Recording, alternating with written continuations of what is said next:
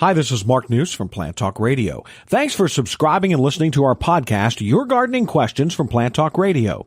To keep this podcast free, we're partnering with Stoke Seeds. Indoor seed starting is fun, easy, and economical. Now's the time to start your seeds. If you're looking to grow vegetable variety or add a punch of color to your flower garden, review the Stoke Seeds Starting Guide online. You'll find information about soil preparation, moisture, temperature, light, transplanting, and more. The Stoke Seeds website is a complete resource center you need to make your garden the envy of the neighborhood. Get growing with Stokes. Now, today's question. And I know, Fred, in addition to the hellebores, you also wanted to talk about some of the other small bulbs. Yes, I do, Mark. Right now, I have, let's just say, a lot of micro beauty in my yard. I have planted over time a number of what I'll call the minor bulbs. They're not as outstanding as the tulips and daffodils, and people don't fight over which variety has which color and so on, quite so much at least. And all of those that I'm thinking of right now are going to be under 6 inches tall for all practical purposes. The little plant that I have mentioned for the last little while is winter aconite. It comes up through the leaves, the debris on the ground, shows itself off at a grand 2 to 2.5 inches tall. Dull yellow, if you were comparing it to the forsythia, which is soon to show, but still very bright for this time of year. Then the snowdrops, which I mentioned as part of this week's plants. Then another one that resembles a tiny little hyacinth, and it's not a close resemblance, but it's a tiny little plant called pushkinia.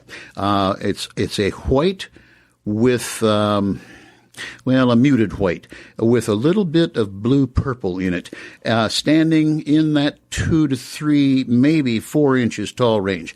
I have them scattered in among some very low-lying junipers. The juniper's probably 2 inches thick, or deep, if you will, tall, and the pushkinia pops up just above the foliage of those. So where you don't think of a low-lying juniper flowering, the other plants fill in and make it a flowering area at least. Then the squill is coming along. Squill will be on the blue to purple side. It too is in the 4 or so inches range of height. Then grape hyacinth, and we had a caller, I think last year, want to know how to get rid of the darn things because they can get pretty prolific, and naturalize is the term used.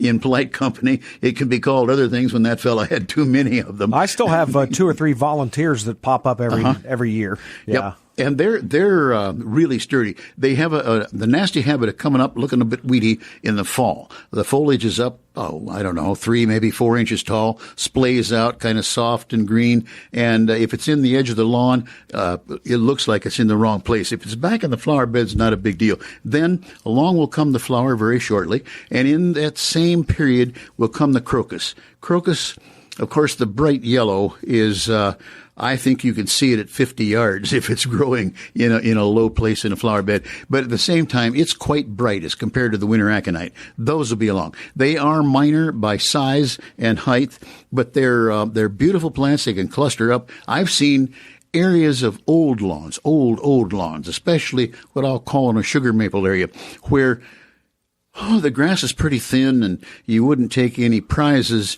in the summertime as lawn is concerned. But this time of year, just absolutely, I'm going to say hundreds of square feet of these little bulbs growing usually on a slight hill, just enough for good drainage, usually in and around tree roots. They're not big enough to suffocate a lawn, but where lawns don't grow well, these little guys just flourish. They grow mature in terms of the foliage kicking up enough sun to mature. The tops die down probably long about the time you want to start up the mower, and they just complete the cycle of growth in a lawn without much interference. I have one little patch of crocus. It's round, maybe about a foot. It's up about 6 inches right now, and green as can be. And I'm waiting. I look every day for those yellow flowers. Here they come, and they will. There's timing is always a factor, and these cool nights will slow them down. And when it doesn't get up to 40 in a day's time, it'll hold them back a little bit, but they'll still keep coming. And we've got a lot of minor bulb type flower to enjoy yet. Well, I usually can enjoy them for maybe a day, and then down comes the ice and snow, and they're laying on the ground. But, That's right. that happens. That's Mother Nature at her best. It's still worth it.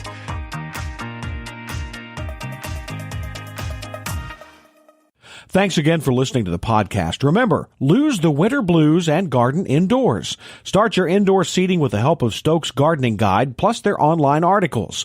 For the best selection of vegetable, flower, and herb seeds available, go to stokeseeds.com. Catalogs are still available. Cultivating successful growers for generations.